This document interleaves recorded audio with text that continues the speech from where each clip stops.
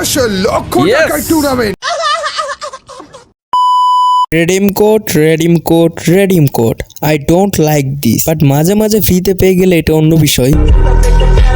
কিন্তু এই redeem code নিতে গিয়ে হয়ে গেল আরেকটা স্ক্যাম।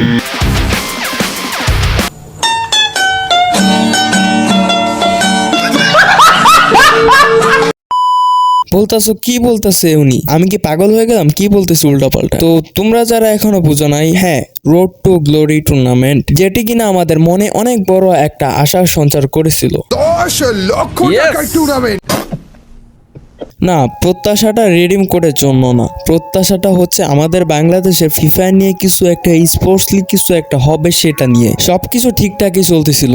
বাট হুট করে গেরিনা থেকে একটা কমিউনিটি ট্যাব আমাদের সামনে আসে বা কমিউনিটি ট্যাব পোস্ট করা হয়, যেখানে কিন্তু একটা রিডিম কোড দেওয়া ছিল। রিডিম কোডটাতে 3টা ভাউচার কার্ড ছিল, আহামরি কিছুই ছিল না। যেহেতু টুর্নামেন্টের আগের দিন এটা পাবলিশ করা হয়, তখন আমরা বুঝতে পারি যে টুর্নামেন্টে মেবি এর থেকে ভালো কিছু আশা করা যায়, কারণ আগের দিন যেহেতু এগুলো দিছে, মেবি এটা কোনো ট্রেলার। এন্ড অফিসিয়াল যে ট্রেলারটা বেরোইছিল সেইখানে কিন্তু লেখা ছিল লাইভ স্ট্রিমের মাঝে নাকি অনেক রিডিম কোড বিতরণ করা হবে। প্রথমটাকে আমরা ট্রেলার হিসেবে ভেবে নিয়েছিলাম, ভাবছিলাম দ্বিতীয়টাতে মনে হয় পিকচার বাকি আছে, বাট না ভাই, দ্বিতীয়টা তো সেম কাহিনী, সেম ভাউচার। ওই টুর্নামেন্টের লাইভে 5টা রিডিম কোড দেওয়া হয়েছিল, সবগুলাইতেই ছিল ভাউচার। কেন ভাই, আমরা বিডি সার্ভারের প্লেয়াররা কি এর থেকে বেশি কিছু ডিজার্ভ করি না? তুমি 4টা ভাউচার দিছো, ঠিক আছে, শেষ পর্যায়ে অন্তত একটা ভালো কিছু দিতে পারতা। এতগুলো প্লেয়ারে মন নষ্ট করলা কেন? ইনফ্লুয়েন্সার যারা আছে তারা তো টুর্নামেন্ট জিতে প্রায় 4 থেকে 5 লক্ষ টাকা 3-4 জনে পেয়েছে, তাহলে আমরা তো অডিয়েন্স, আমাদেরকে অন্তত একটা ব্যাকপ্যাক হলেও দিতে পারতাম। তোমরা কি দিছো? একটা আজাইরা ভাউচার, যেগুলা কিন্তু এখন গোল্ডে স্পিন করা যায়, সেখানে ভাউচার দিয়ে লাভ কি? মানে বাংলাদেশ সার্ভারটা যে সার্ভার নামে একটা খুলস, তার আবার প্রমাণ দিয়ে দিল গেরিনা। আর পোলাপান দেখি এখন চিল্লাইতেছে রোড টু গ্লোরি অফিসিয়াল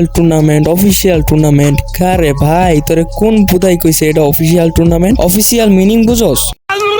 আমার কিন্তু তোকে অফিসিয়াল মিনিং বোঝানোর কাজ না। যদি বুধাই হয়ে না থাকস তাহলে বুঝবি এটা ছিল একটি ইনফ্লুয়েন্সার টুর্নামেন্ট, এটা কোনো অফিসিয়াল টুর্নামেন্ট ছিলই না, ঠিক আছে?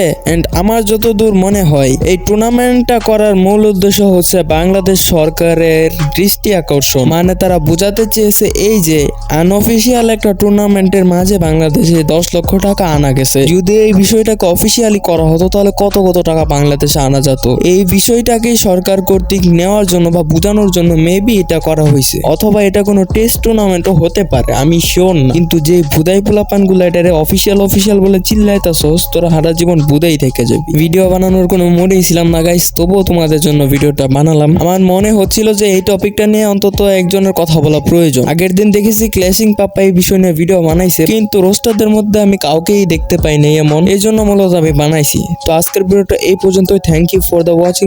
যারা শেষ পর্যন্ত দেখছো একটা কমেন্ট করে যাইও, এন্ড তোমাদের দোয়া ও ভালোবাসা আরো বেশি আগায় নিয়ে যাও, এন্ড তোমাদের পাশে আসি ইনশাল্লাহ, ভবিষ্যতে থাকবো। আজকের মতো এই পর্যন্তই, টাটা, টেক কেয়ার, আল্লাহ হাফেজ।